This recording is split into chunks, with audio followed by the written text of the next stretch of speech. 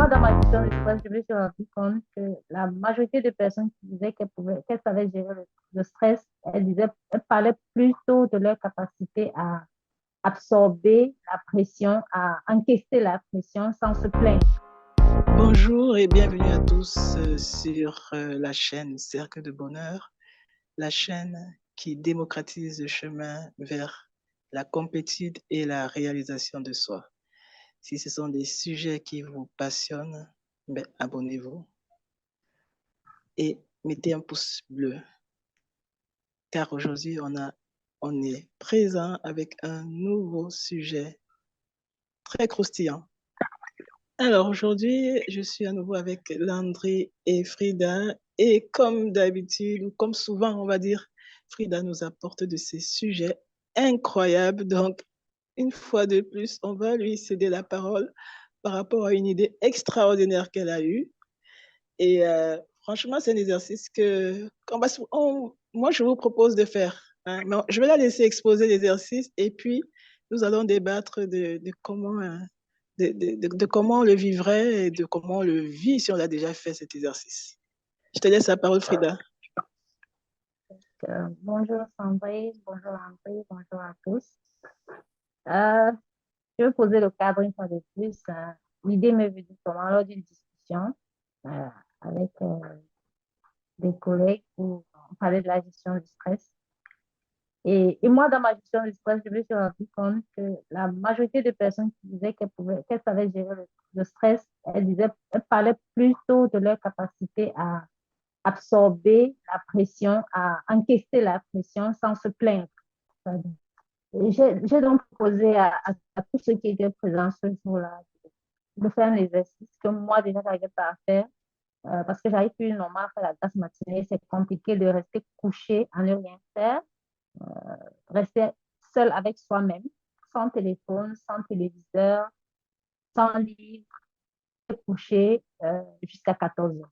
Moi, j'ai proposé dans mes collègues, est-ce que vous pouvez faire cet exercice? Et c'était des réponses terribles. Tout le monde dit, non, mais c'est impossible, c'est impossible. Si j'ai le téléphone, oui, mais si j'ai pas de téléphone, c'est impossible. Tous ont dit c'est impossible. Moi, je peux encore tenir jusqu'à 9h30, par exemple, 10 heures. C'est déjà trop, quoi, de rester couché avec soi-même. Et voilà. Dites-moi aussi si vous avez des difficultés, parce que les autres, leurs difficultés, c'était de rester avec leurs pensées, avec ce qui va trotter dans la tête, leurs projets, en fait, tellement de choses qui vont trotter dans leur tête. Et c'est un peu ça pour moi aussi. Donc, j'arrive pas à rester, à me donner du repos, euh, m'arrêter, en fait, de travailler. M'arrêter, pas arrêter de penser, parce qu'arrêter, je me suis rendu compte qu'arrêter de travailler, déclenchait les pensées. Donc, pour certaines personnes, être à l'eux, c'est empêcher de s'entendre. Ils l'entendent ce qui se passe dans sa tête.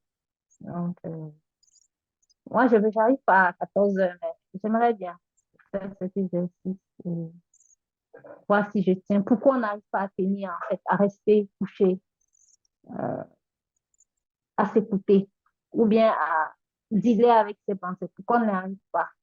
Qu'est-ce qui bloque? Qu'est-ce qui nous empêche? Puisque de toute manière, le fait de se lever ne va pas résoudre les problèmes.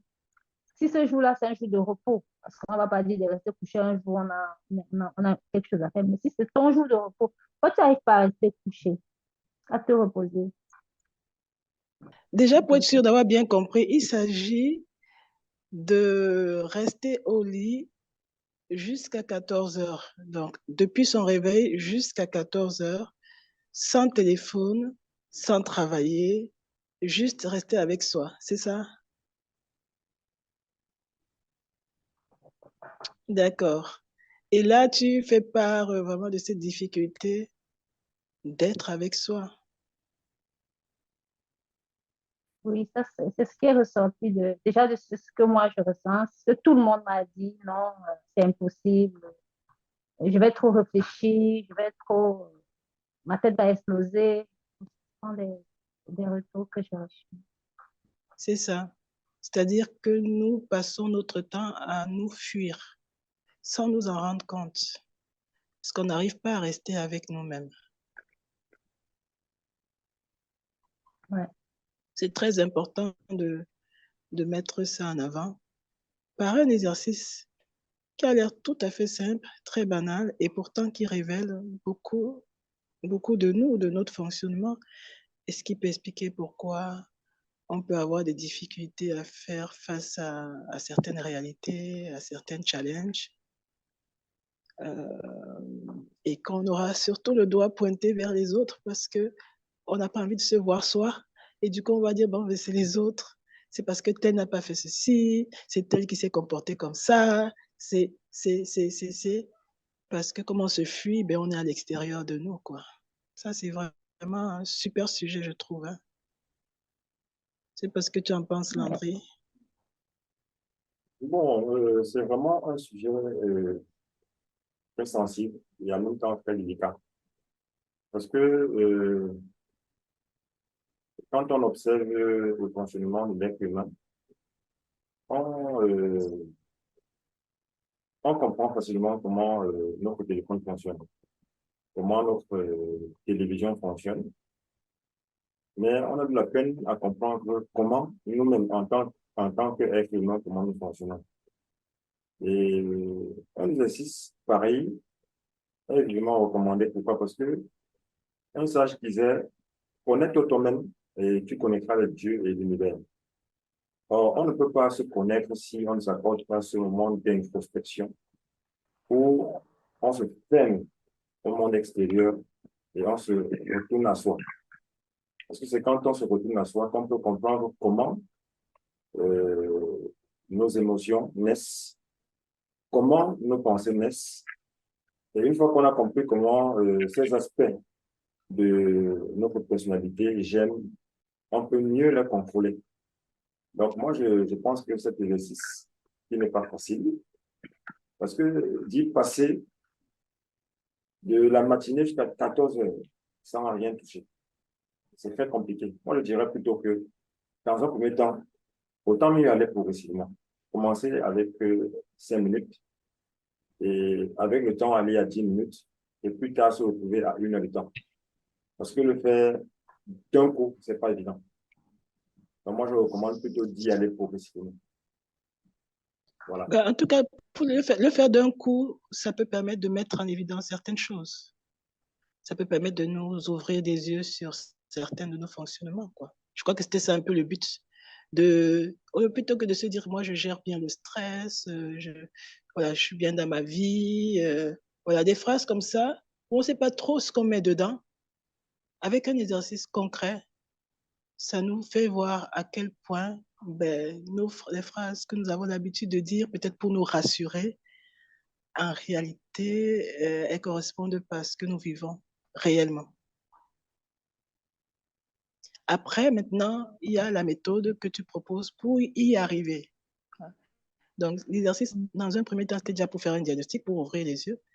Et puis maintenant, pour y arriver, il y a il y a plusieurs méthodes, dont celle que tu proposes, d'y aller progressivement, pas à pas, et pas se limiter à 1 heure, mais aller jusqu'à 14 heures de l'après-midi. Donc, c'est plusieurs heures d'affilée.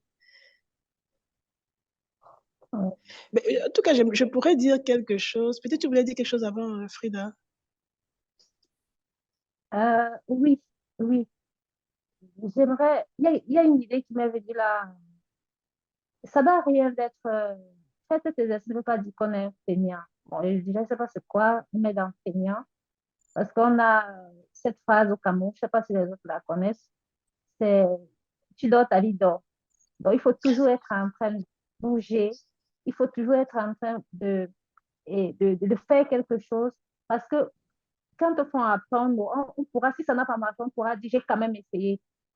Donc, sortir être inactif veut dire qu'on est feignant, qu'on ne fait rien pour que ça bouge, bref, qu'on est feignant. C'est pas ça du tout. Moi, c'est pas ça du tout. Peut-être qu'il y a des feignants, je ne sais pas. Je n'en connais pas beaucoup. Mais je sais que dans le cadre de l'activité, ça, tu m'as fait remarquer ça une fois, que même dans le programme des athlètes de haut niveau, il y a un temps pour le repos. Le temps pour le repos est essentiel. Et lorsqu'on n'arrive pas à prendre du repos, ça veut dire qu'on ne pourra, bon, je ne veux pas dire ça, ce sera peut-être compliqué d'atteindre des records comme ces athlètes de haut niveau. C'est 4 ans de préparation. Et pendant ces 4 ans de préparation, il y a énormément de repos. Quand on a des projets d'envergure, ce serait bien d'apprendre à travailler le repos. Et, et ce repos, il doit aussi être mental. C'est parce que quand on se couche, on arrête de travailler. Ça veut dire que ça va, si ça, on a de la peine à être avec ses idées, ça veut dire que quelque part, je ne veux pas dire ça veut dire, mais peut-être quelque part, on, est, on a un problème avec ses idées qu'on n'arrive pas à coordonner, à dealer avec, à dealer avec. C'est ce que j'ai envie de dire, mais ce n'est pas l'ordre de, de demander aux gens d'être des fainéants. Non, ça n'a rien à voir parce que je vois où ça peut. Moi, je vois cette idée-là où on pourrait dire qu'on apprend aux gens à être des fainéants. Ça n'a rien à voir. Non, mais tu fais bien de préciser cette histoire de se reposer égale fainéantise, égale procrastination, égale... Il y a toute une série de termes auto-saboteurs qu'on a l'habitude d'utiliser. Et donc, il ne s'agit pas de ça. Il s'agit de faire un exercice pour mieux se connaître de façon à être plus productif par la suite. Productif, ce n'est pas juste en termes de... Je dirais peut-être plus efficace, hein, c'est peut-être le terme. Et puis de vivre encore plus pleinement sa vie, tout simplement.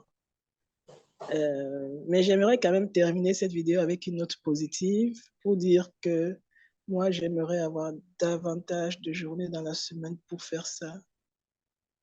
Voilà. 3, 4 fois par semaine, si c'était possible. J'en ai pas assez. Voilà, c'est juste pour encourager les gens, pour dire que c'est possible. Et vraiment, ça fait énormément de bien. Et ce n'est pas juste une question de repos physique, hein. Ça va beaucoup plus loin. Parce que comme je disais tantôt, ça permet de mieux se connaître. Et au fur et à mesure qu'on approfondit la connaissance de soi, eh bien, on prend de plus en plus la responsabilité de ce qu'on vit. On est de moins en moins à l'extérieur à pointer du doigt aux autres. Du coup, on profite davantage de la vie parce que nous rentrons de plus en plus dans cette position d'acteur de sa vie. Et donc, d'avoir le pouvoir sur sa vie. Et, et du coup, voilà quoi, ça nous donne cette latitude d'expérimenter tellement de belles choses au quotidien. Donc, ne soyez pas désespérés, c'est possible. Avec la patience, on y arrive. Et c'est comme ça qu'on crée des sociétés de plus en plus équilibrées, de plus en plus épanouissantes pour tous. Voilà, je voulais quand même finir sur cette note d'espoir pour que nos internautes se rendent bien compte qu'il y a de belles choses à faire, y compris dans ce domaine-là. Et bien entendu, la gestion du stress est largement améliorée puisque c'était ça à la base, hein, qui a apporté l'idée de cet exercice. Moi, j'aimerais bien, si possible, que ceux qui nous écoutent nous disent si c'est possible pour eux. Parce que moi, nous étions une vingtaine et sur la vingtaine de personnes, tout le monde a crié, c'est pas possible. C'était un peu comme si ils se sont entendus, c'est pas possible, c'est impossible. Je dis, mais pourquoi? Même celui qui est au sommet de la hiérarchie, qui financièrement, je pense qu'il est mieux loti que les autres, je dis, mais non, je peux pas, ma tête va exploser, il faut que je fasse quelque chose de mes journées, il faut que je fasse. Je dis, mais attends, tu es au week-end à la maison, tu n'as rien à faire, tu te couches. Il faut absolument que tu sois en train de faire quelque chose. Il me dit, oui. Je dis, ah, d'accord. Ah, nous sommes nombreux. Moi, je leur ai dit, moi, je peux encore arriver à 10 heures, je peux encore arriver à 14 heures. Il faut que j'aille chercher mes 4 heures qui me restent.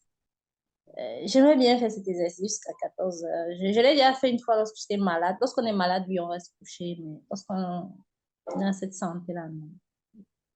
J'aimerais bien, si possible, avoir le retour de ceux qui vont écouter la vidéo, de nous dire jusqu'à quelle heure ils peuvent rester couchés après avoir eu une nuit de sommeil complète, hein, c'est pas de rentrer de boîte de nuit et bien d'avoir travaillé la nuit.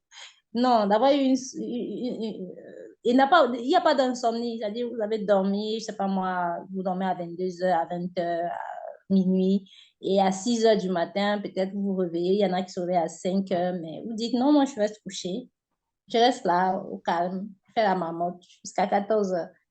Combien de personnes peuvent finir? J'aimerais bien savoir ça. Aussi. Et vous avez juste le droit d'aller aux toilettes, c'est tout. Voilà. Et peut-être de vous faire servir à manger au lit.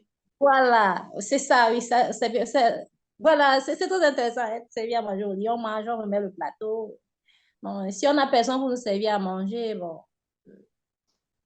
On prépare un plat tout prêt à la Et on veille. retourne au lit. Oui, et on retourne Voilà. au lit. On ne prépare Voilà. pas le jour-là. La veille, le plat, il est prêt, on le prend, on le consomme direct. Mais l'idéal, c'est de se faire servir quand même pour Si bien faire possible, l'exercice. bien faire l'exercice, oui. Ouais. Mais Et en tout après, cas, c'est magnifique. Hein? Dire ce qui s'est passé dans le corps. C'est ça la bastonnade, je crois. C'est pas aller affronter le monde extérieur. La vraie bastonnade, elle est en nous, en fait. Il faut Ouais, aller c'est la ça. Ouais. chercher. Donc, bel exercice qu'on vous propose aujourd'hui. Dites-nous en commentaire jusqu'à quelle heure vous pouvez rester au lit. Et si cette vidéo vous a plu, n'oubliez pas de liker et de la partager. Et abonnez-vous, activez la clochette de notification pour ne pas manquer nos autres vidéos.